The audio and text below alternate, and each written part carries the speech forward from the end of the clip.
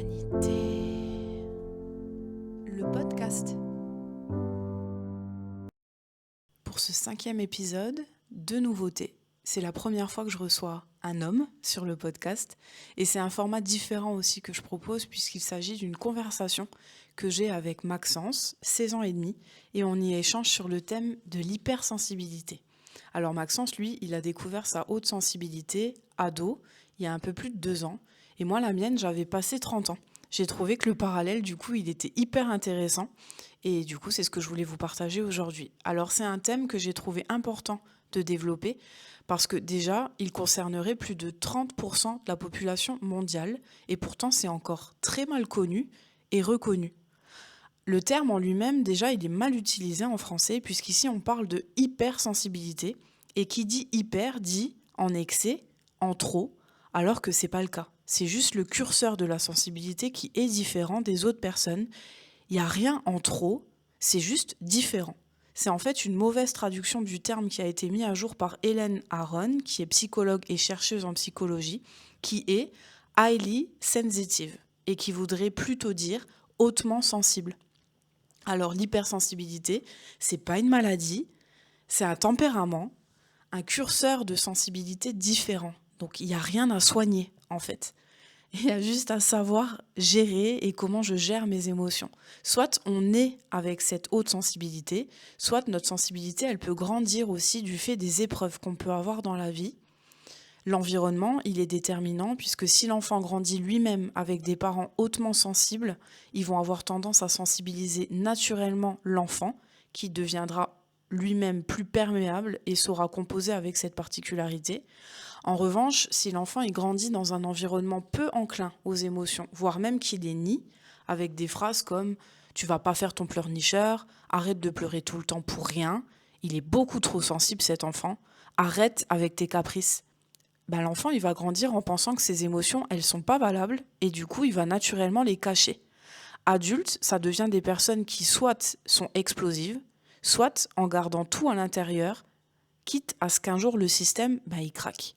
En tout cas, c'est des personnes qui n'arrivent pas à gérer toutes les informations et émotions qu'elles reçoivent. Les personnes en fait hypersensibles ou hautement sensibles ont un fonctionnement qui est différent. Tout se passe au niveau du cerveau. Parce qu'elles ont un traitement plus long des informations, elles sont souvent plus observatrices et ont le sens du détail. Les décisions, elles sont souvent plus longues aussi à prendre. La stimulation cérébrale, elle est presque constante. Ça tourne en fait à plein régime, quasi en permanence. Et les neurones miroirs, dans la zone frontale, ils sont davantage activés, ce qui donne en fait une prédisposition à l'empathie avec un effet éponge des émotions des autres également. Le sommeil aussi est extrêmement réparateur et important, puisqu'en général, ces personnes ont besoin de 8 à 9 d'heures de sommeil par nuit, là où d'autres personnes en ont besoin de moins. En tout cas, vous n'avez pas pu passer à côté ces dernières années parce que entre les livres, les podcasts, etc., c'est devenu un peu un sujet à la mode, entre guillemets, et qui peut amener à des dérives. Il n'y a pas de solution de miracle. Chaque individu est différent et gérera différemment ses émotions. Il faut trouver les moyens qui sont bons pour soi. C'est par la pratique, la constance et surtout une bonne connaissance de soi, qui peut passer du coup par une thérapie par exemple, que vous trouverez des clés pour vivre au mieux vos quotidiens et libérer par la même occasion votre créativité et vos talents. Alors suivez-nous avec Maxence pour une descente dans nos émotions et notre façon de les vivre. Belle écoute à vous. Bonjour Maxence. Bonjour. Et merci d'avoir accepté du coup de participer à ce podcast-là. Merci de m'avoir invité. Du coup, pour ce format, ça va être vraiment un échange entre nous deux. Et on va commencer du coup par te présenter. Si du coup tu devais te présenter à quelqu'un, mais qui ne te connaît pas, tu dirais quoi de toi? C'est pas évident, mais je pense que d'abord, je présenterai mes passe-temps. Donc d'abord, je dirais que je suis dessinateur, du coup, pianiste, que je suis auteur de manga, ce genre de choses, quoi. Et que, en fait, je passerai vraiment tous mes passe-temps, toutes mes passions aussi. Donc le dessin, l'art, les jeux vidéo, la lecture et tout. Et ensuite seulement, je pense, je parlerai de vraiment, on va dire, ma personnalité, genre plutôt comment je suis, qui je suis, on va dire, entre guillemets, et puis voilà, quoi. Alors, c'est quoi ta personnalité? Je dirais que je suis... En fait, je saurais même pas dire exactement ce que c'est là maintenant tout de suite, mais je pense que je dirais que je suis plutôt réservé, genre vraiment, ouais, non, même pas plutôt, très réservé, euh, que je suis très introverti aussi, que je suis créatif aussi, que j'aime beaucoup créer ce genre de choses, et que vraiment la communication, c'est pas trop mon délire non plus, genre j'y arrive pas trop. Mais que j'essaie quand même d'être là pour les personnes que j'aime et que j'essaie d'être, on va dire, à l'écoute des problèmes des autres, quoi. Et voilà, je pense que ça me Ok. paraît bien. T'as quel âge? J'ai 16 ans, j'ai D'accord. vraiment réfléchi là. Et ton environnement familial, du coup, c'est quoi? T'as des frères, des sœurs, tu vis où? Du coup, j'ai mes parents qui sont divorcés, je vis beaucoup plus chez ma mère que chez mon père. Et j'ai une sœur, du coup, Petite, grande? une grande sœur, ouais. D'accord, ok. Vous êtes deux. Voilà. Et Ok. vous vous présenteriez comment dans cette situation-là? Eh ben écoute, moi je suis Émilie, je suis une humaine qui fait ce qu'elle peut. Les choses qui sont importantes pour moi sont de me sentir, de prendre soin. De prendre soin de moi pour prendre soin des autres. J'aime beaucoup découvrir des nouvelles choses. J'aime beaucoup la liberté, c'est quelque chose qui est important pour moi. Et ça passe par découvrir des nouvelles choses, voyager, créer.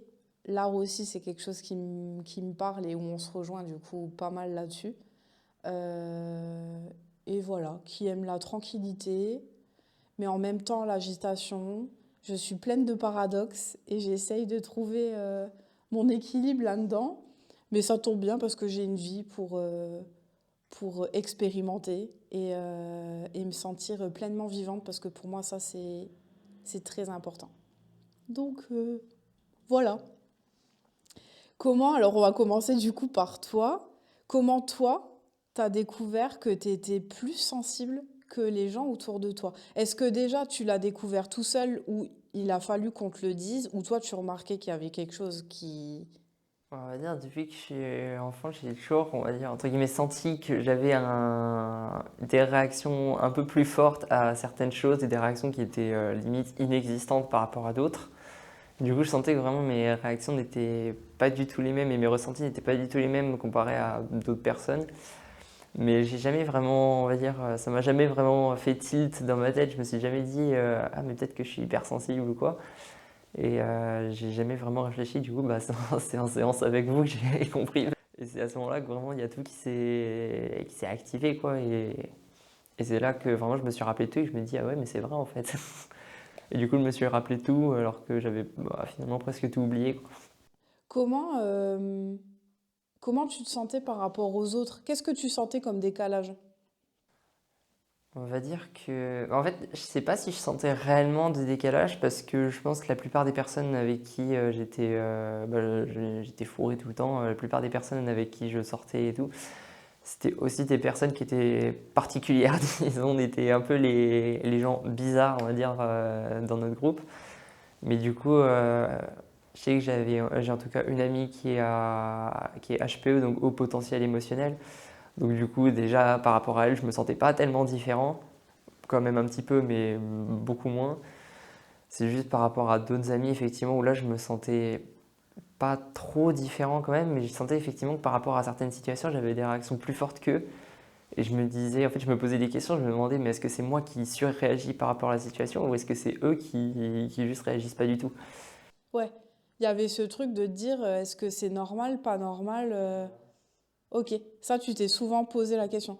Et vous en êtes rendu compte comment? Alors moi je m'en suis rendu compte adulte et c'est la grosse différence entre toi et moi parce que toi tu l'as découvert ado et jeune ado et moi je l'ai découvert j'avais 30 ans et c'est aussi chez ma psy que je l'ai découvert où là, elle a aussi posé les mots et que j'ai aussi compris plein de choses par rapport à ça. Et moi, la différence qu'il peut y avoir par rapport à quelqu'un qui l'a découvert tôt, c'est que je me suis pas construit du coup avec cette étiquette de je suis hypersensible. Moi, j'en parle pas forcément dans mon entourage. C'est pas quelque chose avec laquelle je m'identifie. Je m'identifie pas en tant que personne hypersensible. Je sais que je le suis pour moi. Et en fait, ça regarde, à mon sens, pour moi, là je parle vraiment pour moi, ça regarde en fait personne d'autre que moi de comment je suis et comment je perçois le monde et comment je gère mes émotions. Et voilà. Donc moi, j'ai découvert ça adulte. D'accord. Et du coup, euh, comment les gens autour de toi, ils perçoivent en fait tes émotions? Est-ce que tu as déjà entendu, tu sais, des petites phrases par rapport à ta sensibilité? En fait, c'est compliqué parce que oui, effectivement, je leur ai jamais vraiment posé cette question aux gens de mon entourage. Mais je sais qu'en tout cas, pour ma famille, en tout cas, ils savent que je réagis quand même très fortement à pas mal de choses. Ils savent que s'il se passe un truc qui potentiellement peut me toucher, ils savent que ça peut me toucher vraiment beaucoup en fonction de la situation. Mais je sais qu'en tout cas, par rapport à mes amis, là, c'est complètement différent parce que je sais que dans mon groupe d'amis, j'ai un peu l'étiquette de la personne genre, calme, qui réagit pas tellement, mais en tout cas qui n'a pas de réaction forte dans le négatif.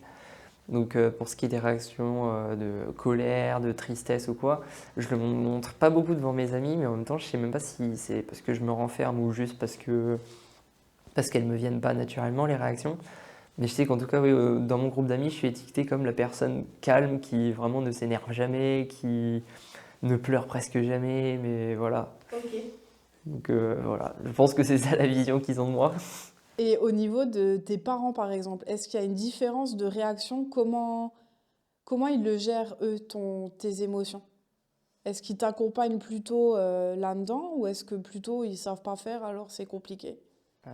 C'est compliqué, mais je pense que ma mère, je pense qu'elle essaye de me tirer vers le haut, entre guillemets. Je pense qu'elle essaye quand même de faire ce qu'elle peut pour ne pas trop toucher à ça, du coup, pour essayer de...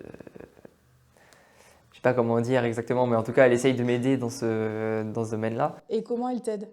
En essayant de... Je sais pas, par exemple, quand il arrive des choses où elle sait que ça peut vraiment me toucher très fortement, elle essaie d'y mettre un peu plus l'effort, mais de maquiller ça pour que moi je le prenne un peu mieux et que ça me fasse moins enfin, que ça me fasse un choc un peu moins gros, on va dire. Mais ça me fait bizarre en même temps parce que j'ai l'impression qu'ils sont pas naturels, on va dire, avec moi. Parce que j'ai l'impression que par rapport à quand ils parlent avec ma sœur, par exemple, qui elle, je pense, n'est pas hypersensible. En tout cas, pas dans tous les sens du terme. Mais je me dis que par rapport à elle, ils sont normaux, mais par rapport à moi, je me dis ils essayent d'être un peu différents pour que moi, mon hypersensibilité, ça les heurte pas trop. Et ton père, il sait faire? Non, pas du tout, non. Voilà, alors avec ton Je père, pense du coup. que, je pense qu'il le sait même pas en fait, et je sais même pas honnêtement si ça l'intéresse, pour être honnête. Comment il perçoit les moments où t'es sensible, où t'es en colère, où t'es triste? Est-ce que t'as déjà entendu qu'il t'a dit du coup une phrase ou une remarque en rapport à ça? Non, même quand je suis pas bien. Un exemple, c'est qu'il y a pas longtemps, j'étais chez lui, j'étais pas bien, il a pas du tout remarqué, rien, rien du tout. Et comment tu te sens toi dans les moments-là? Ça fait encore plus mal parce que je me dis que c'est mon père et il me voit même pas, il essaie même pas au moins de savoir ce qui va pas ou voilà. Mais en même temps, je me dis que d'un côté, je m'en fous parce que j'ai ma mère, j'ai ma soeur, elles sont là pour moi et ça me suffit largement. J'ai mes amis qui sont là pour moi. Je me dis voilà, j'ai pas spécialement besoin de ça en plus, même si j'avoue que, étant donné que c'est mon père, ça me fait quand même quelque chose quoi.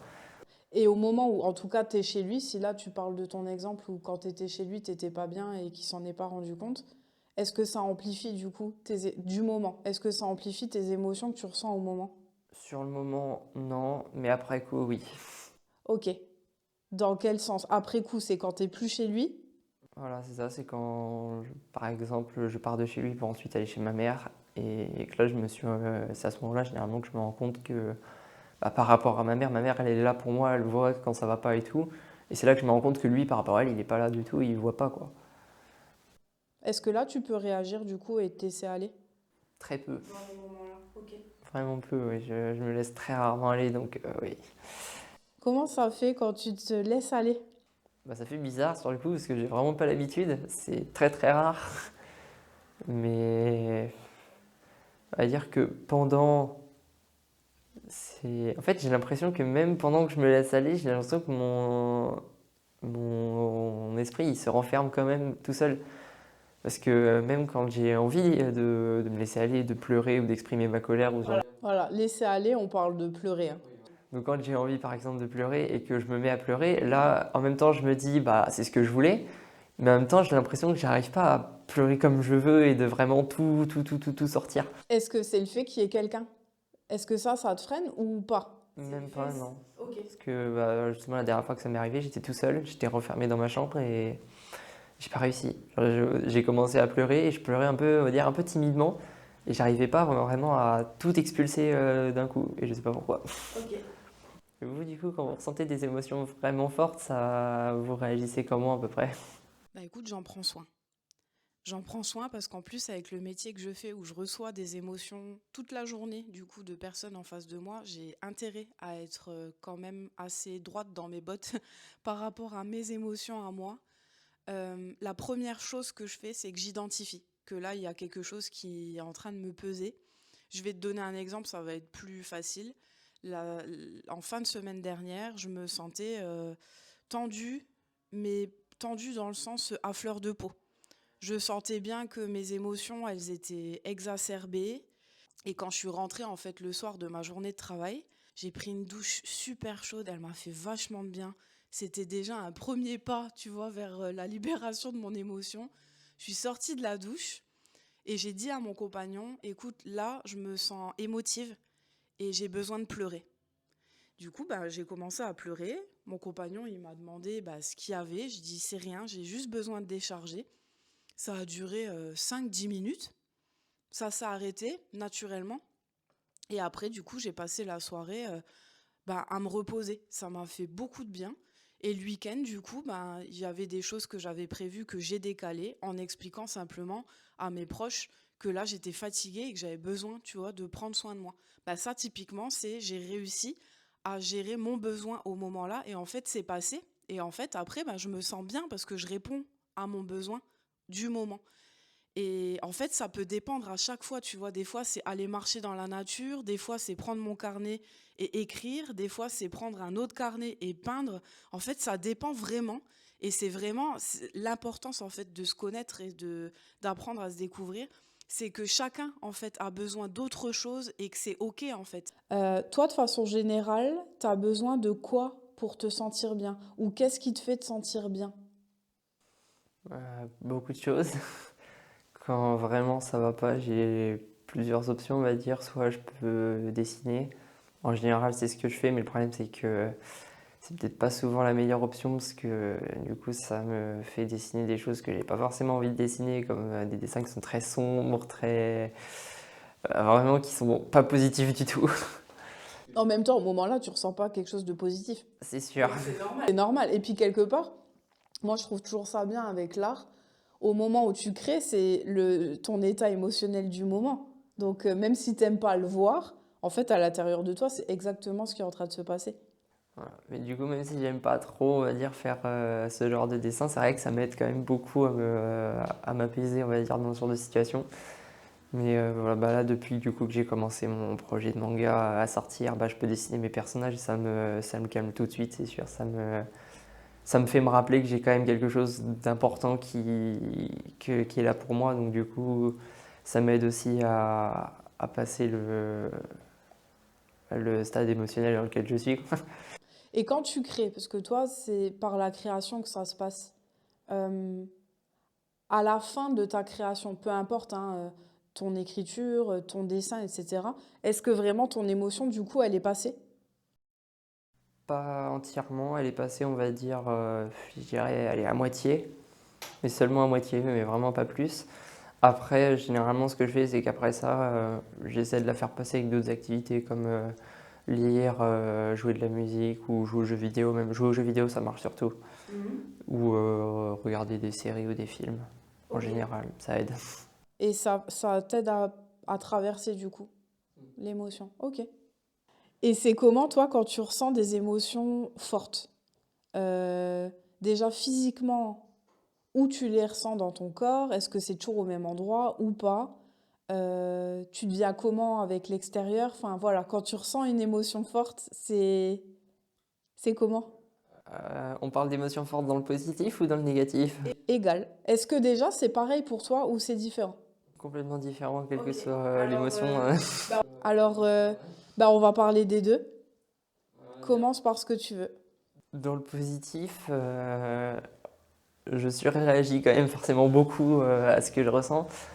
Et j'ai pas spécialement, on va dire, d'endroit dans mon corps physiquement où j'ai un ressenti physique, mais c'est surtout que j'ai une dose d'énergie juste énorme, quoi. Limite comme si je venais de me lever, alors qu'il peut être 2 heures du matin par exemple, limite comme si je venais de me lever le matin, quoi.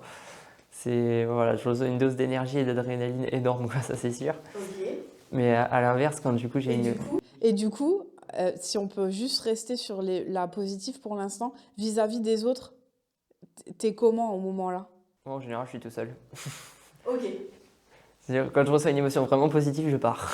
Enfin, non, même quand je reçois une émotion forte, je pars et je vais être, pareil. voilà, je vais être content, triste ou énervé tout seul dans mon coin. Ok. Parce que j'ai pas envie que les gens me voient comme ça. Du coup, voilà, je réagis tout seul dans mon coin. Et pour les émotions, du coup, fortes mais négatives, entre guillemets? Bah là, c'est complètement différent, mais je ressens une boule au ventre, mais qui grandit au fur et à mesure du temps.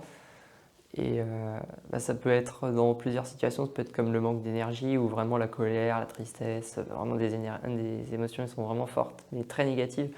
Je reçois une énorme boule au ventre, c'est horrible. J'ai les jambes des fois qui tremblent même.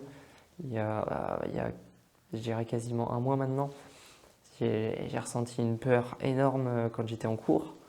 Et j'étais à la limite de la crise d'angoisse parce que j'en faisais beaucoup à une période. Voilà, et du coup, je sentais que j'avais les jambes qui commençaient à trembler, que je commençais vraiment à pas aller bien. Du coup, j'ai dû carrément sortir de la classe pour prendre l'air, pour m'asseoir et tout. J'avais les jambes qui tremblaient, une boule au ventre énorme. Donc voilà, donc pourtant, c'était pas une peur si, on va dire, par quelqu'un qui n'est pas hypersensible, c'est pas forcément une peur qui peut être vue comme dramatique. Mais en tout cas, moi, j'ai quand même beaucoup réagi à ce moment-là. Donc, Tu veux en parler? C'était quoi, concrètement? c'était, j'étais en conflit avec ma copine de l'époque et on était un peu en embrouille. Et en fait, j'avais peur qu'elle me dise qu'elle voulait me quitter. Et au final, on est parti en break. Mais du coup, voilà, donc c'est vrai qu'une embrouille comme ça, par quelqu'un qui n'est pas hypersensible, ça pourrait être vu juste comme bah, une embrouille comme ça de couple. Mais peut-être pas forcément la première idée qui pourrait venir à une personne qui n'est pas hypersensible, c'est pas forcément la rupture, on va dire. Mais moi, évidemment, la rupture, c'est la première chose qui m'est venue à l'esprit. Donc du coup, bah, je me suis renfermé tout seul, je suis sorti et j'ai pas bougé pendant quasiment un quart d'heure, en réfléchissant, en pensant à tout et à rien en même temps. Ok. Dans le processus, du coup, Là, ton émotion, c'était la peur, si on prend le cas là. Est-ce que... Enfin, ça commence comment? Est-ce que ça commence par, dans ma tête, je commence à cogiter et je vais penser au pire scénario et ça génère du coup la boule au ventre qui va faire que ça s'accentue et que je vais sortir? Ou est-ce que tu sens d'abord la boule au ventre D'abord d'abord les pensées et ensuite la boule au ventre et après tout qui s'accentue. et les pensées, du coup, est-ce que, y en a une qui vient et toutes les autres, du coup, déboulent après? Comment c'est au moment où où les pensées, du coup, elles sortent pas de ta tête? C'est comment? Oui, en général, oui, c'est ça. Au moment, on va dire, pile où ça commence, j'ai une pensée qui me revient, bah, c'est le moment, en tout cas, qui a généré l'émotion. Donc, si je prends comme exemple ce moment-là, c'est vraiment le début de l'embrouille. Donc, moi, au début, c'est ça qui m'est venu à l'esprit. J'ai commencé à avoir peur. Donc là, la boule au ventre, ensuite, elle est arrivée. Puis ensuite, les idées, elles sont arrivées. Je me suis dit, mais si elle me quitte à cause de ça et tout. Et du coup, bah, ensuite, j'ai les jambes qui ont commencé à trembler. J'arrivais plus à être concentré sur le cours. Et du coup, j'ai demandé à ma prof si je pouvais sortir de la classe parce qu'elle voyait que j'étais pas bien du tout. Et du coup, elle m'a dit oui, vas-y, sors. Du coup, je suis sorti, je me suis assis dans la cour Et j'ai dû carrément aller demander de l'aide à une amie à moi parce que c'est elle qui m'aidait quand je faisais mes crises d'angoisse il y a 2 ans bientôt. Donc, vu que c'est elle qui m'aidait du coup énormément, bah, c'est à elle directement que je suis allé parler et à qui j'ai demandé son aide. Et, euh, et du coup, voilà. Puis après, au bout d'un quart d'heure, 20 minutes, ça allait mieux et j'ai pu retourner en cours. Et les pensées que tu avais au moment-là, est-ce qu'elles reviennent après ou comment? Beaucoup revenues après, oui, c'est sûr. Ça, pendant 2 jours, je pense, elles sont beaucoup, beaucoup revenues. Mais, euh, mais après, oui, ça va, ça s'est stagné parce qu'il y en a d'autres pires qui sont arrivés après. Mais en tout cas, celles-là, oui, après, elles sont parties au bout de 2 jours, c'est sûr. Parce que du coup, on va contextualiser quand même pour les gens. Euh, Moi, je t'ai accompagnée il y a 2 ans, un peu plus de 2 ans, suite à des crises d'angoisse du coup que tu faisais. Et où en fait on a mis en évidence en fait le fait que t'es pas forcément, t'avais beaucoup de problèmes avec le fait que tes parents se soient séparés. Ça a commencé comme ça et on a fait un gros travail du coup sur tes émotions. Et avant tout, c'était déjà reconnaître tes émotions parce que voilà, ça c'est pas automatique. Et en fait, donc voilà, il y a une période où on s'est plus vu. Et là, tu es revenu me voir parce que justement, du coup, il y avait des problèmes, des conflits avec du coup ta copine de l'époque maintenant parce que bah, c'est devenu une ex. Et du coup, là, dans ta gestion du coup des émotions, ça redevenait très compliqué et tu te sentais dépassé en fait par ça. Euh, comment tu sais qu'à un moment donné, tu es dépassé et que tu as besoin du coup de venir me voir ou enfin de te faire accompagner? C'est... En fait, je sais que vraiment il faut que je vienne quand je vois que ça va pas du tout, que toutes mes émotions elles s'embrouillent et que je commence de plus en plus à me renfermer, à ne pas aller bien. Ouais, c'est ça. Comment les gens ils le voient? Comment ils savent en fait? En général, bah, les personnes qui voient le plus quand ça va pas bien, c'est bah, du coup ma meilleure amie, qui elle, vraiment, dès que ça va pas bien, elle le voit directement. Vraiment, même si je lui dis, ouais, non, t'inquiète pas, tout va bien, elle le voit directement, elle me dit, non, non, ça se voit, ça va pas. Donc, en général, elle sait que ça va pas chez moi quand je me renferme, quand je suis. Ou quand elle voit que je suis heureux, mais en faisant semblant. Genre, par exemple, quand des fois on sort, qu'on va à une librairie, par exemple, elle sait que j'aime beaucoup lire et tout, donc forcément on va souvent à des librairies, elle aussi elle aime lire. Donc c'est bien, ça nous fait une passion commune, mais du coup, quand on va par exemple dans une librairie et que ça va pas, elle voit que je fais genre que je m'intéresse à des livres et tout, que je souris mais de manière un peu forcée. Elle voit vraiment que je me force, on va dire, à faire genre que je suis heureux alors que pas du tout. Et là, à ce moment-là, elle me dit tout de suite, elle me dit bon, dis-moi ce qui va pas quoi. Et quand je vois que elle arrive à voir que ça va pas du tout, je me dis ouais non là, il faut vraiment que j'aille voir quelqu'un parce que sinon ça va pas du tout. Donc c'est elle en fait ta jauge. D'accord. T'as d'autres personnes dans ton entourage? Pas beaucoup, non, très peu. D'accord. Peut-être ma sœur un peu, mais beaucoup moins, oui. Ok. Sinon, tu les gères toute seule en fait. Voilà, Tu les gardes pour toi oui, voilà. et tu les extériorises par l'art.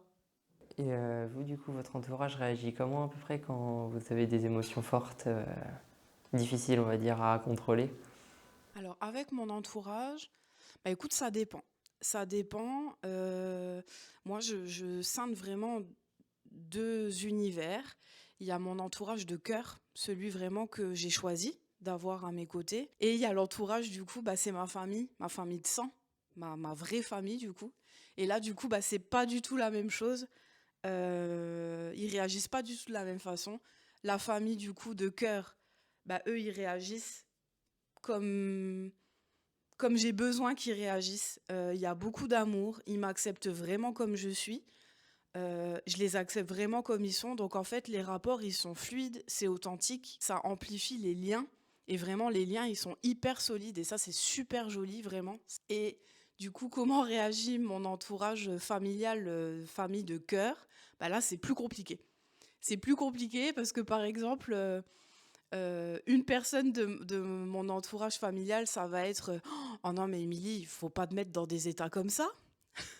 Ou alors une autre, ça va être j'ai déjà entendu adulte, ah oui, non, mais la pleurnicheuse, voilà. Ça, c'est mon entourage familial de sang. Donc là, il faut que tu t'adaptes. Mais ça, j'ai appris depuis que j'étais petite. On apprend très vite à savoir quel type de parents on a, quel type de famille on a. Donc là, aujourd'hui, dans ma vie d'adulte, j'ai appris en fait à gérer et à composer avec ça. Donc en soi, j'ai pas de souci. Je suis vraiment partie du principe que ils sont comme ils sont. J'ai arrêté de vouloir les changer, etc. Et maintenant, du coup, bah, c'est moi qui m'adapte. Si je ressens une émotion forte et que vraiment ils sont là, je leur dis qu'en fait, j'ai le droit. Là, j'ai le droit, soit d'être en colère, soit d'être triste, et c'est ok, en fait, ça va passer. Donc maintenant, ils ont l'habitude, hein, parce que ça fait quand même quelques années que c'est comme ça. Ou alors, bah, je mets un masque j'ai pas forcément envie de partager des choses parce que ben on sent aussi leur humeur, leur état, etc. Et si je sens qu'ils sont pas dans un état qui est réceptif, bah du coup, le temps que je suis avec eux, bah je vais faire comme si ça allait parce que de toute façon, ils sont pas en capacité de recevoir mon émotion. Donc euh, donc voilà, mais en général, ça va. Est-ce qu'il y a une différence entre du coup quand vous étiez enfant et quand vous êtes du coup devenu adulte par rapport à ça? Une différence. Alors, par rapport à vos réactions, vos façons d'analyser, on va dire, les situations et de vraiment réagir aux émotions fortes que vous ressentez? Ben, en fait, quand j'étais petite, alors petite, moi, on m'a toujours vue comme la fille gentille, sage. On me mettait dans un endroit et 2 heures après, on revenait, j'étais toujours au même endroit. Euh, et en fait, les émotions, on n'en parlait pas forcément à la maison. Bah, même pas du tout. Euh, Mon papa, lui, les émotions, il sait pas forcément les gérer. Donc moi j'ai grandi en fait avec d'un côté une maman qui montrait son amour avec la nourriture et, euh, et ses émotions, ben souvent, alors ça je parle avec ma vision de petite, hein, souvent ma maman je pense quand elle était en colère ou frustrée, bah du coup on mangeait un peu tous à la maison. Avec des remarques qu'elle pouvait faire ou j'en ai marre de vous, vos affaires sont pas rangées, ta chambre est pas rangée, enfin des trucs comme ça.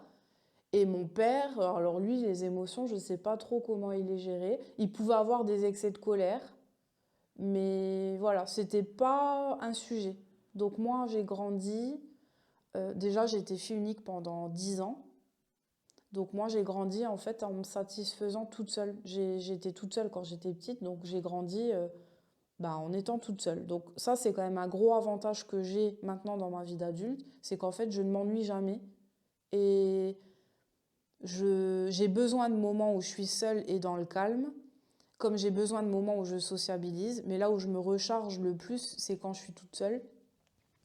Et ouais, petite, c'est du coup comme ça. J'avais pas trop mes parents du coup qui étaient dans l'émotionnel.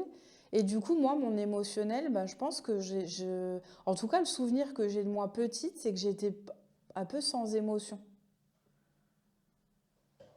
C'est comme ça que je me souviens de moi. Je pense que avant que je découvre que j'étais hypersensible et avant de recevoir aussi des coups de la vie qui ont fait que j'ai changé de vie, je pense que je refoulais énormément d'émotions. C'était mon truc. Je pense que c'était mon esprit, il était comme ça en tout cas. Est-ce que, en tant qu'hypersensible, en tout cas de personne qui a une plus grande sensibilité, est-ce que ça t'arrive de te poser des questions sur la vie, sur le sens de la vie? Effectivement, c'est vrai que ça m'arrive de temps en temps de me poser des questions sur certaines phases de la vie, on va dire. Comme quoi? Même peut-être des questions existentielles ou même des questions un peu bêtes comme ça, mais des questions qui entraînent une réflexion, on va dire, plus poussée. Et dans tous les cas, oui, c'est vrai que ça m'arrive beaucoup de penser un peu à certaines façons de voir les choses ou même à me demander si la façon que nous on a de voir une chose ne serait pas entre guillemets une mauvaise façon de voir telle ou telle chose. Et voilà. Et en même temps, d'un côté, quand je me pose ce genre de questions, je me dis mais j'ai que 16 ans, je suis pas un peu jeune pour penser à ça. Ok. Et donc, oui, voilà, c'est compliqué. Mais du coup, c'est bien parce que j'ai aussi des amis qui pensent à ce genre de choses et qui réfléchissent à ce genre de questions. Donc, on peut y réfléchir à plusieurs. Et Est-ce que tu arrives à partager ou poser tes questions ou discuter de ça avec des adultes? avec des adultes, non. Parce que c'est pas contre vous ce que je vais dire, mais pour l'instant, j'arrive pas du tout à parler de sujets sérieux et à débattre avec la plupart des adultes que je connais. Parce que le problème, en fait, c'est que à cause de pas mal de débats que j'ai eus il y a déjà 1 ou 2 ans, je dirais grand maximum, avec d'autres adultes qui n'étaient pas du tout ouverts et qui vraiment étaient braqués et tout. Et du coup, je suis je sais pas exactement comment dire, mais du coup, je suis un peu perturbé et j'ai plus le mot exact, mais en gros, j'aime plus parler de sujets sérieux et débattre vraiment de sujets très sérieux avec des adultes parce que j'ai l'impression que quoi que je dise, ils seront bloqués sur leur idée et ils bougeront pas de trucs, ils accepteront même pas d'écouter.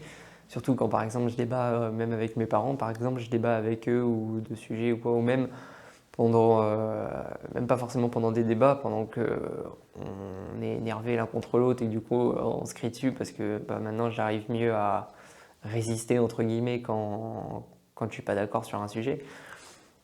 Mais dans tous les cas, j'ai beau exprimer mon point de vue comme je peux, j'ai l'impression limite ils m'écoutent pas. Donc du coup, c'est vrai que c'est très rare que j'en parle avec des adultes. J'en parle surtout voilà, soit avec des gens de mon âge, mais en tout cas avec des gens de mon âge, on parle vraiment de sujets où la plupart des gens qui nous écoutent, ils nous disent mais les gars, vous avez que 16 ans, parlez d'autres sujets, quoi. Commencez pas déjà à parler de sujets sérieux comme ça. Et du coup, on est passé du groupe calme de l'entourage, on est passé au groupe calme mais aussi très mature et qui déblatère de sujets qui au final ne nous serviront pas à grand chose, mais qui restent quand même très importants, on va dire, alors que on n'a que 16 ans. Et là, avec tes amis, en l'occurrence, tu arrives à t'exprimer et t'aimes bien ça. Parce que même si on n'a pas le même point de vue, on arrive à trouver comment ne pas se couper, on arrive à avoir le même ordre de parole dans le débat et on débat avec fluidité, calme, sans s'énerver et tout. Et même, je me rappelle que j'avais une période avec un ami en particulier où vraiment on débattait sur un sujet différent tous les midis. Vraiment, tous les midis, on allait à la cantine et en cours et on débattait sur un sujet, même des sujets bêtes, genre on prenait 2 films, on disait allez, lequel des deux c'est le meilleur. Mais dans tous les cas, on arrivait à débattre sans jamais se couper, sans en arriver aux mains ou quoi.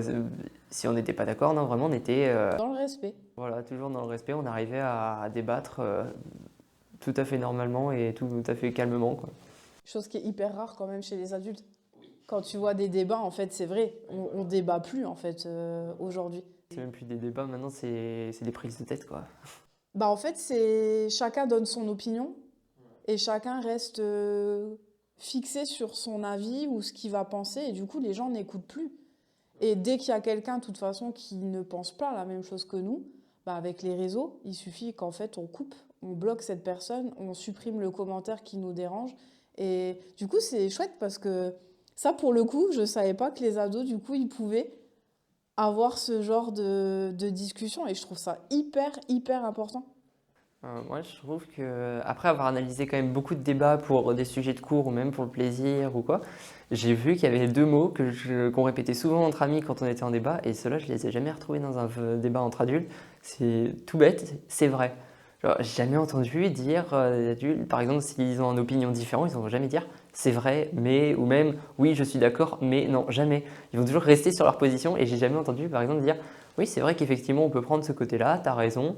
Mais d'un côté, de l'autre côté, il y a aussi ça, il y a aussi... Non, jamais j'ai entendu ça.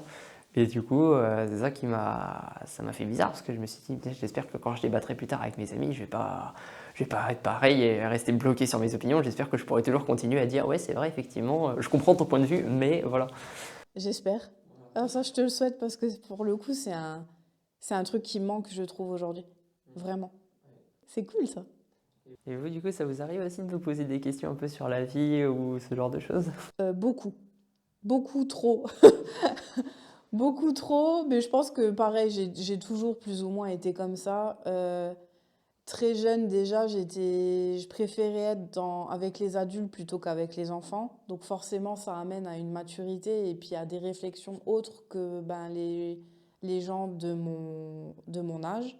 Aujourd'hui, la majorité de mes amis sont plus âgés que moi. Donc, à chaque fois, en fait, c'est, c'est des questions plus existentielles. Mais après, je suis comme ça aussi. Et surtout, en fait, depuis que j'ai changé de vie, donc j'avais 30 ans, où là, oui, c'est mais quel sens je veux donner à ma vie? Euh, J'étais en mode pilote automatique en fait jusqu'à mes 30 ans. L'école, on sort de l'école, il faut qu'on aille travailler. On se pose pas de questions si est-ce que ça va nous plaire ou pas nous plaire. En tout cas, moi de mon époque, c'était ça. Toi, je sais que c'est différent parce que tu vas suivre du coup ce qui est important pour toi, mais moi, pas forcément. Ça me plaît, ouais, ça me plaît. Ça me paye du coup ce que j'aime bien avoir tous les mois. Tu ne te poses pas de questions. Tu avances comme ça. Moi, j'ai avancé. Et puis, à un moment donné, bah moi, c'est le corps qui a décidé de lâcher et de dire oui, fa cocotte, il serait peut-être temps maintenant que tu te poses les bonnes questions. Et là, du coup, oui, pour la première fois, je me suis posé les vraies questions. Qu'est-ce qui est important pour moi? Qu'est-ce que j'ai envie, du coup, de donner comme élan, en fait, à ma vie? Et, et moi, souvent je garde en tête, c'est, mais quand je serai vieille, mais j'ai pas envie de regretter des choses. Donc, je fais les choses pour que quand je sois vieille, j'ai pas de regrets sur ma vie et que je me dise, bon, ok, elle est comme je voulais qu'elle se passe. Il y a eu des hauts, il y a eu des bas, c'est la vie. Mais grosso modo, les décisions que j'ai prises et les chemins que j'ai pris, je suis en complète cohérence du coup avec ça. Donc, ouais, plein de questions. Qu'est-ce qui se passe après la mort? Enfin, tu vois, quand tu commences avec le sens de la vie, tu peux aller loin, quoi. Qu'est-ce qu'il y a après la mort? Personnellement, je pense qu'il y a quelque chose. Je pense, moi j'y crois, je crois qu'il y a une âme et que notre âme, elle reste et que voilà, pourquoi on se sent relié comme ça avec les gens. Enfin, ça amène plein de questions. Après, ça ne me bouffe pas la vie, hein. Je ne suis pas obsédée par ça. Mais oui, beaucoup plus de questions que des personnes, des fois, autour de moi. Je vois bien qu'elles se posent absolument pas les mêmes questions que moi je me pose. Je peux sentir des fois le décalage. Mais encore une fois, là, par contre, ce qui change de par rapport à quand j'étais plus petite ou même avant mes 30 ans, j'osais pas forcément dire ce que je pensais parce que j'avais peur du coup d'être exclue du groupe, parce qu'on cherche toujours à appartenir à un groupe. Du coup, ben, je disais pas trop parce que je sentais bien que ce que je pensais à l'intérieur, ben, les gens le disaient pas. Donc je me disais, ben, ça se trouve, il y a que moi qui pense comme ça. Et en fait, après mes 30 ans, ben, maintenant, je suis complètement ouverte avec ça et ça me dérange pas du tout d'en parler parce que pour moi, c'est naturel. Et quand en face, la personne, elle pense pas pareil ou qu'elle va être plus fermée, on va dire, ou qu'elle se pose pas du tout ces questions, ben, en fait, là, je suis complètement dans le respect et je me dis, bah, ok, elle en est où elle en est dans sa vie. Et c'est ok comme ça. Enfin, tout le monde peut pas penser la même chose. Il n'y a pas une pensée unique, en fait.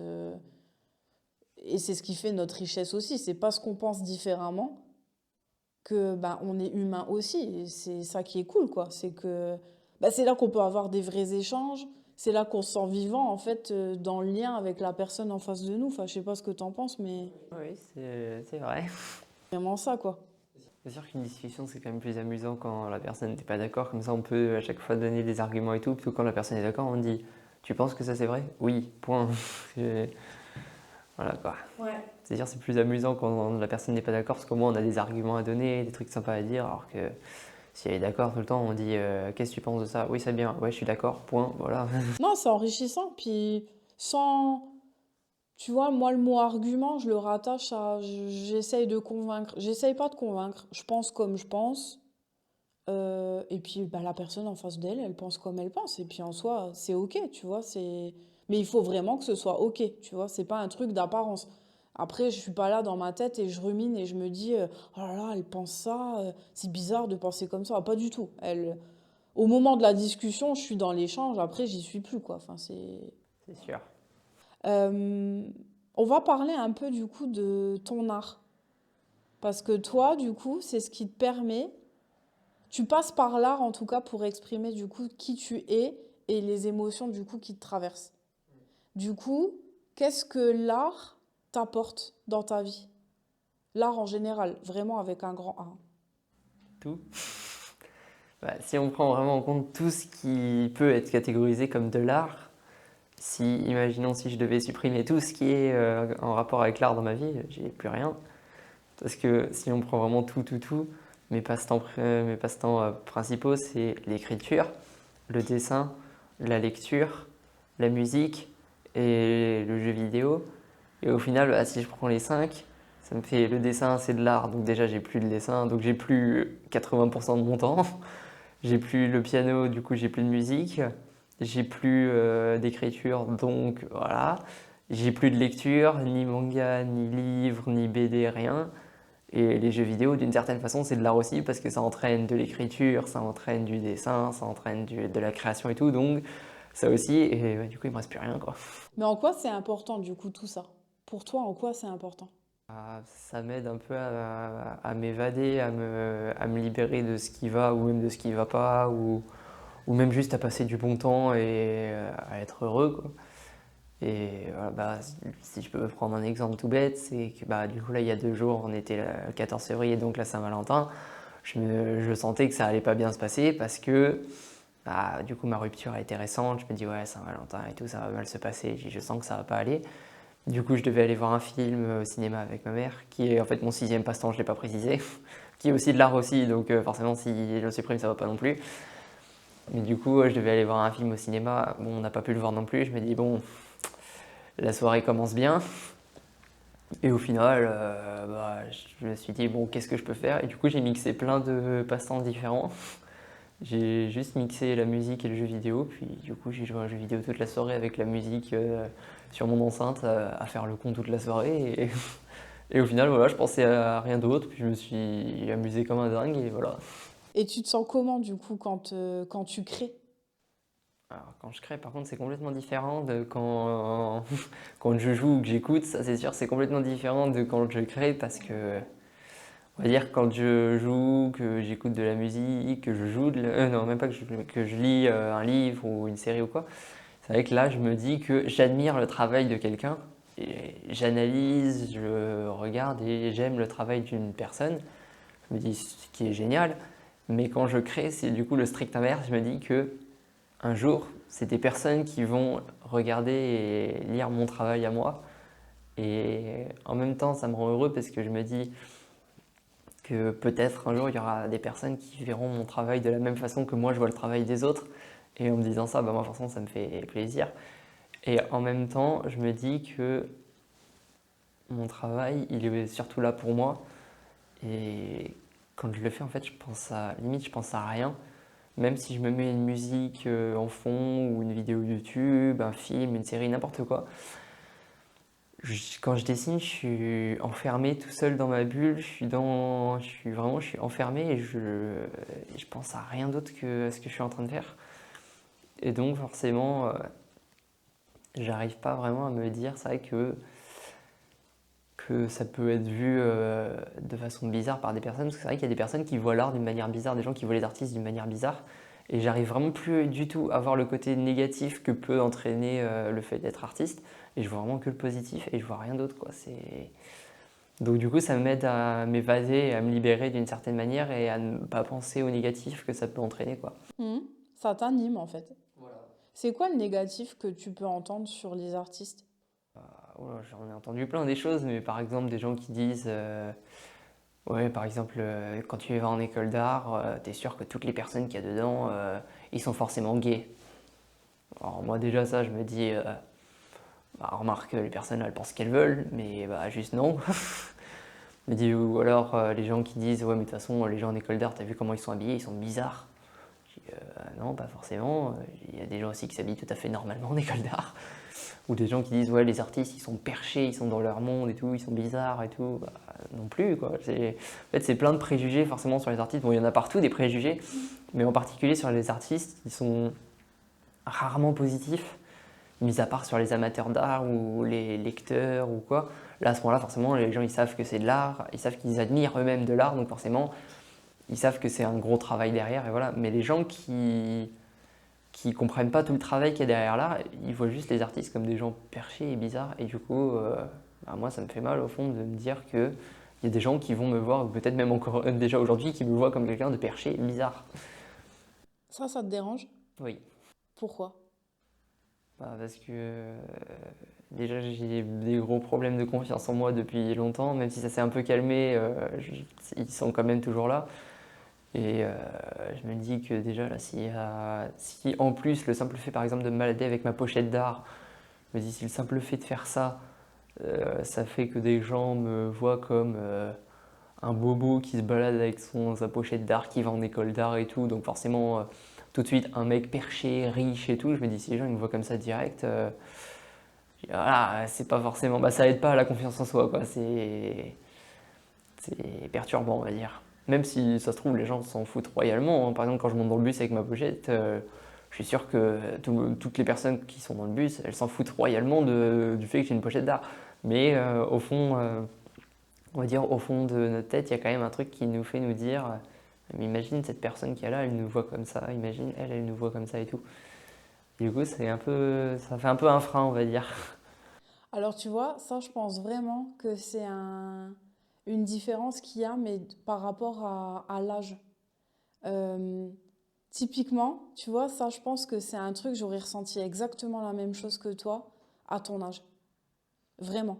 Et à l'âge que j'ai aujourd'hui, et moi qui suis, ça c'est notre point commun du coup par rapport à l'art, où moi je suis hyper aussi créative, notamment par l'écriture. Moi ça passe beaucoup par l'écriture, par la peinture aussi beaucoup. Mais moi ce que je me dis aujourd'hui, c'est que oui, on voit le terme artiste. Ce que moi j'entends beaucoup, c'est t'es pas dans la réalité et t'es perché. Ça, c'est un cliché du coup que j'ai beaucoup entendu et qu'on entend souvent. Euh, mais en fait, je suis d'accord avec le fait d'être perché. Parce que moi, je pars du principe, en tout cas pour moi, je suis une idéaliste. Moi, je suis une idéaliste. Je suis une rêveuse. J'imagine qu'il y a un monde meilleur qui est possible et j'imagine en fait des choses idéales. Ça, mais je suis comme ça en fait depuis petite. On m'a appelée la rêveuse d'ailleurs à l'école. C'est quelque chose qui m'anime. Mais en fait, avec le recul, là je te dis ça aujourd'hui, j'ai 37 ans et demi, mais du coup je me dis, comment dire? En fait, je pense que les artistes, ils font peur. Ils font peur parce que les artistes, ils sont libres par définition. C'est leur art, c'est eux qui créent, tu crées quelque chose. Donc au moment-là, tu es libre. Les gens qui vivent de leur passion, c'est des gens qui font peur. Parce qu'en fait, c'est des gens qui sont la définition, mais physique, de quelqu'un qui est en train de vivre que c'est possible en fait. C'est possible de vivre de son art, c'est possible de vivre de sa passion. Et on est dans un système aujourd'hui, on est dans une époque où en fait, rares sont ceux déjà de un qui ont des passions et de deux qui arrivent à en vivre. Donc en fait, on a souvent des gens autour de nous qui font des métiers parce qu'ils font un métier. Tu vois, il y a pas de passion là-dedans. Donc en fait, les gens qui sont passionnés, en fait, tout de suite, c'est un miroir qu'ils n'ont pas envie de voir parce que eux, ils se posent pas les questions là et tu les mets face à quelque chose qu'ils n'ont pas envie de voir. Tu vois ce que je veux dire? Donc moi, j'ai aucun souci qu'on me voit comme la bizarre ou comme l'artiste ou comme la perchée. Mais je comprends que, voilà, si j'étais ado, mon Dieu, je voulais qu'une chose, c'était être intégrée, tu vois, au groupe dans lequel j'étais. Moi, j'avais une grande bande d'amis en plus. Enfin voilà, je me serais jamais vue commencer à leur raconter des trucs un peu bizarres, entre guillemets. J'aurais eu trop peur de qu'ils m'excluent du groupe. C'est sûr. Donc voilà. Du coup, on arrive à la fin du podcast, Maxence, tout doucement. Et je pose toujours une question à mes invités, c'est la dernière question. Si tu avais un message à faire passer à un adulte, à un parent qui nous écoute et qui ne savent pas faire ou qui ne comprennent pas leur ado ou leur enfant par rapport à leur grande sensibilité, tu te dirais quoi? Je pense que je dirais qu'avant tout, la priorité, si on veut essayer d'aider une personne, qu'elle soit hypersensible ou non, mais on va prendre l'exemple de l'hypersensibilité, mais même ça peut être pour n'importe quel problème. Je pense que le principal, si on veut d'abord aider une personne, c'est d'essayer de comprendre, pas forcément l'origine, mais au moins de comprendre la nature du problème ou de l'état de la personne. Donc déjà de comprendre, pas forcément d'où ça vient, mais au moins de comprendre pourquoi la personne est hypersensible et comment elle réagit face à différentes situations. Donc ça, je dirais que la meilleure manière en tout cas c'est mon avis, la meilleure manière de réagir face à une personne qui est hypersensible, c'est d'abord de comprendre comment elle réagit en fonction des émotions qu'elle ressent, donc comment elle réagit quand elle est heureuse, quand elle est énervée, quand elle est triste. Donc je dirais que surtout dans les émotions négatives, parce que là où la personne a le plus besoin d'aide, c'est dans le négatif. Donc d'abord de comprendre comment elle réagit quand elle est triste, quand elle est énervée, et du coup dans tout ce qui peut être négatif, mais bon, c'est les deux premières qui viennent.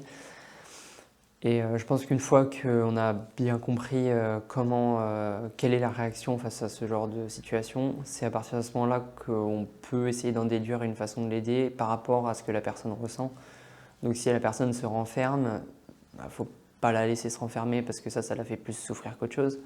Bah alors là, tu vois, comment le parent, par exemple, qui nous écoute, il pourrait faire? Parce que, tu vois, moi, je sais que quand j'étais ado, les moments où je me refermais, en fait, ils n'avaient pas accès à moi, mes parents. Même s'ils venaient, ils toquaient à la porte. Au contraire, ils m'énervaient encore plus, tu vois, parce qu'ils rentraient dans mon intimité. Du coup, tu vois, comment tu fais? C'est compliqué, oui, parce que en fait, c'est propre à chaque personne et c'est très différent, forcément. Donc chaque personne ne se renferme pas de la même manière. Il y en a, quand ils se renferment, en même temps, ils se renferment, mais en même temps, ils s'attendent que quelqu'un vienne les aider. Il y en a, ils veulent pas du tout et quand on vient les aider, ça les énerve encore plus. Donc c'est sûr que c'est un sujet qui est très compliqué et du coup, c'est vraiment difficile de proposer une solution en soi parce que chaque personne est différente et surtout dans ce sujet-là. Est-ce que toi, tu penses du coup qu'une des solutions, ce serait en tant que parent, ce serait de poser la question? Ça pourrait, oui, je pense. Ça pourrait être une très bonne solution. Je pense d'abord ouais, d'émettre déjà un contact, premièrement, avec la personne en soi. Et forcément, en faisant naître un contact, déjà, il y a une proximité qui arrive. Et forcément, en faisant naître une proximité plus forte, au fur et à mesure du temps, il y a plus de... La personne va de plus en plus être susceptible d'accepter de l'aide et d'accepter qu'on vienne l'aider dans les mauvais moments et même des fois même d'en demander.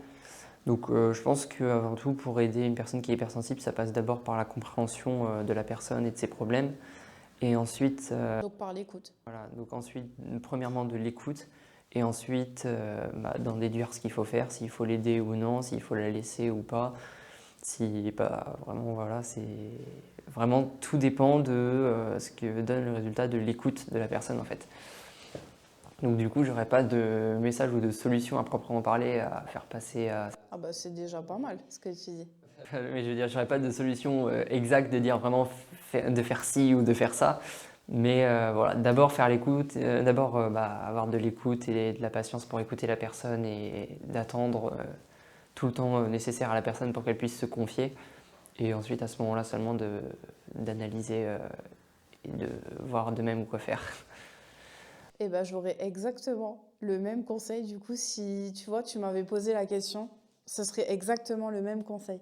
C'est en fait, on n'attend pas de solution. Quand on est comme ça, enfin, moi je sais que quand je suis dans mes grandes émotions, parce que moi, bah, pour le coup, ça peut être fracassant, tu vois, quand je suis dans des émotions comme ça négatives, j'attends pas que la personne, elle me donne ni des conseils, ni une solution. Et c'est souvent, tu vois, des fois, ce qui peut manquer, c'est l'écoute. Écoute-moi, en fait. Et si je passe mon temps à pleurer, de toute façon, même moi, je sais que ça va s'arrêter, tu vois. Même si je traverse un coup dur et que je vais être triste, que ça va durer, j'en sais rien, moi, quelques semaines, voire quelques mois, parce que ça m'est déjà arrivé, ou pendant quelques mois, ça n'allait pas du tout. J'ai juste besoin, en fait, que tu m'écoutes. J'ai rien besoin d'autre. Je sais que ça va passer, donc écoute-moi. Alors, je sais qu'en face, c'est pas facile parce que ils doivent certainement se sentir impuissants aussi, mais l'écoute, pour moi, c'est une qualité qui est hyper importante. Elle est hyper essentielle, surtout en 2023. Euh, et ça s'apprend. Écouter, ça s'apprend aussi. Communiquer, ça s'apprend, mais écouter, ça s'apprend. Et je trouve que c'est même plus beau, cette qualité-là. Donc, ouais, franchement, je donnerais exactement le même conseil que tu as donné. Il était parfait. Et de dire que chacun est unique et chacun a ses propres réactions. Je suis persuadée que s'il y a d'autres personnes à grande sensibilité qui nous écoutent, eux, ils auront peut-être encore d'autres choses à dire et d'autres réactions dans leurs émotions et c'est ok en fait. C'est complètement ok. Toi par exemple, si là je parle de différence, toi du coup, quand tu as une émotion, c'est surtout la boule au ventre que tu ressens. Et d'ailleurs, elle vient souvent avec toi quand tu es en séance ici. Moi, ça, c'est quelque chose que je connais pas. Tu vois, je suis hypersensible, j'ai jamais connu une crise d'angoisse, par exemple. Tu vois, donc c'est vraiment chacun gère son émotion et sa sensibilité à sa façon. Et en fait, c'est ok, quoi. Et ça fait partie du respect, en fait, de l'autre aussi. C'est la base pour moi. C'est sûr. Donc voilà. C'est sûr. Bah écoute, merci beaucoup. Merci à vous. Bonne continuation à toi Vous aussi. et à bientôt du coup pour le prochain épisode.